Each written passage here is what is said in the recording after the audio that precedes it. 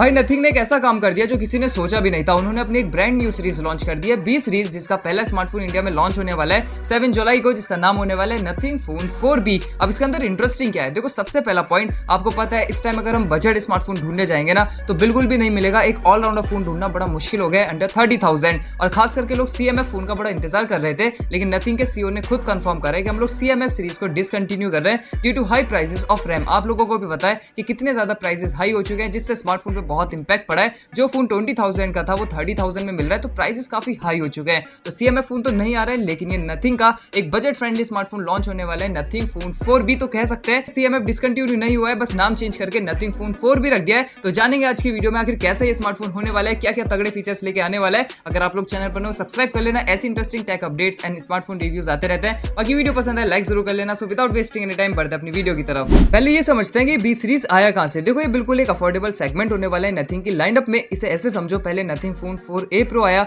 उसके बाद 4A आया, अब 4B देखने के लिए मिलेगा, और आगे भी जितने स्मार्टफोन लॉन्च होंगे उसमें भी हमें बी सीरीज देखने के लिए मिलेगी, क्योंकि एक ये बजट सेगमेंट होने वाला है। और वैसे भी नथिंग ने अभी कहा है कि इस साल हम लोग फ्लैगशिप पे ज्यादा फोकस नहीं करेंगे, हम लोग बजट स्मार्टफोन पे ज्यादा फोकस करेंगे, इसलिए नथिंग फोन 4B एक काफी इंपोर्टेंट लॉन्च बन जाता है। चलिए गाइस, अब इसके डिजाइन की बात करें तो पीछे की तरफ आपको ग्लास बैक देखने के लिए मिलेगी, oval shape dual camera setup मिल जाएगा, और कैमरे की साइड में आपको एक ग्लिफ बार देखने के लिए मिलेगा। काफी अच्छी बात है कि बजट फोन में से भी लोग ग्लिफ लाइट नहीं हटा रहे हैं, भले एक बार मिल रहा है छोटा सा, उसे भी आप लोग कस्टमाइज कर पाओगे। साथ ही में वो स्क्रू डिजाइन आपको देखने के लिए मिलेगा जो नथिंग फोन को काफी अलग बनाता है बाकी स्मार्टफोन से। 3 कलर ऑप्शन मिल जाएगा, एक blue colour, white colour and grey colour. तो ये 3 कलर ऑप्शंस में आपको देखने के लिए मिलेगा। अभी ये कंफर्म नहीं है कि IP69 की रेटिंग के साथ आएगा या फिर नहीं, बाकी और जब ये लॉन्च होगा हम लोग इसे परचेज करेंगे और इसका रिव्यू डालेंगे, तो चैनल को सब्सक्राइब कर लो ताकि रिव्यू मिस ना हो जाए। बाकी फोन काफी प्रीमियम लग रहा है देखने में, ओवरऑल डिजाइन काफी अच्छा है। अब बात करते हैं इसकी डिस्प्ले की, तो इसके अंदर आपको पंचुअल डिस्प्ले मिलेगी, 6.7 इंचेस की फुल HD प्लस वाली एमोलेड डिस्प्ले,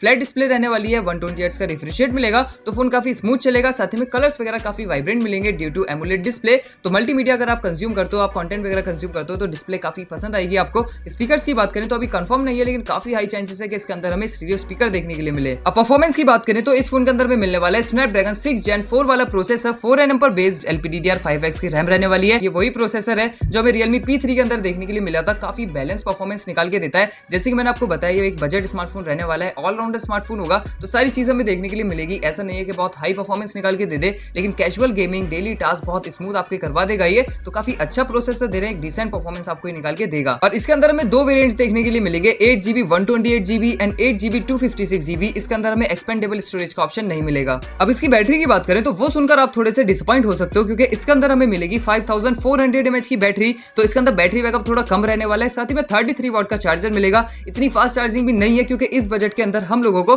45 वाट से ज्यादा की चार्जिंग मिल जाती है, लेकिन इसके अंदर 33 वाट ही है, तो बैटरी बैकअप थोड़ा कम रहने वाला है। बाकी चार्जिंग भी थोड़ी स्लो ही रहेगी, तो ये चीज थोड़ी सी मुझे डिसअपॉइंटेड लगी है। बाकी जब स्मार्टफोन हाथ में आएगा जब पता चलेगा कैसा बैटरी बैकअप ये दे रहा है। बाकी नेटवर्क एंड कनेक्टिविटी की बात करें तो Wi-Fi 7 का सपोर्ट मिलेगा, NFC शायद इसके अंदर हमें नहीं मिले। बाकी ब्लूटूथ वर्जन 6 रहने वाला है, और आपको डुअल नैनो सिम कार्ड डालने का ऑप्शन मिल जाएगा, और आपको इसके अंदर इन डिस्प्ले फिंगरप्रिंट भी मिल जाएगा। अब इसके कैमरास की बात करें तो इसके अंदर आपको डुअल कैमरा सेटअप मिलेगा। एक मिलेगा 50 मेगापिक्सल का मेन कैमरा, एक रहने वाला है 8 मेगापिक्सल का अल्ट्रा वाइड लेंस, और सेल्फी कैमरे की बात करें तो 16 मेगापिक्सल की सेल्फी रहने वाली है। अभी कैमरे के बारे में मैं ज्यादा कुछ नहीं कह सकता, जब हाथ में आएगा जब ही पता चलेगा। बाकी ये स्मार्टफोन रन करेगा नथिंगOS 4 पर, एंड्रॉइड 16 पर बेस्ड रहने वाला है, तो वही आपका ब्लोट फ्री एक्सपीरियंस रहेगा। कोई अननेसेसरी ऐप वगैरह नहीं, एकदम मिनिमल एक्सपीरियंस के साथ आप अपना फोन इस्तेमाल कर पाओगे। अब सबसे इंपॉर्टेंट चीज, इसका प्राइस क्या रहने वाला है। देखो अभी ऑफिशियली तो अनाउंस नहीं हुआ है, वो तो 7 जुलाई को ही पता चलेगा, लेकिन कुछ सोर्सेज का क्या कहना है। देखो कुछ सोर्सेज कह रही है कि 27K के आसपास मिल सकता है, कुछ का कहना है कि 32K के आसपास ही आपको देखने के लिए मिलेगा। देखो अगर ये इस प्राइस रेंज के आसपास लॉन्च हुआ 27 से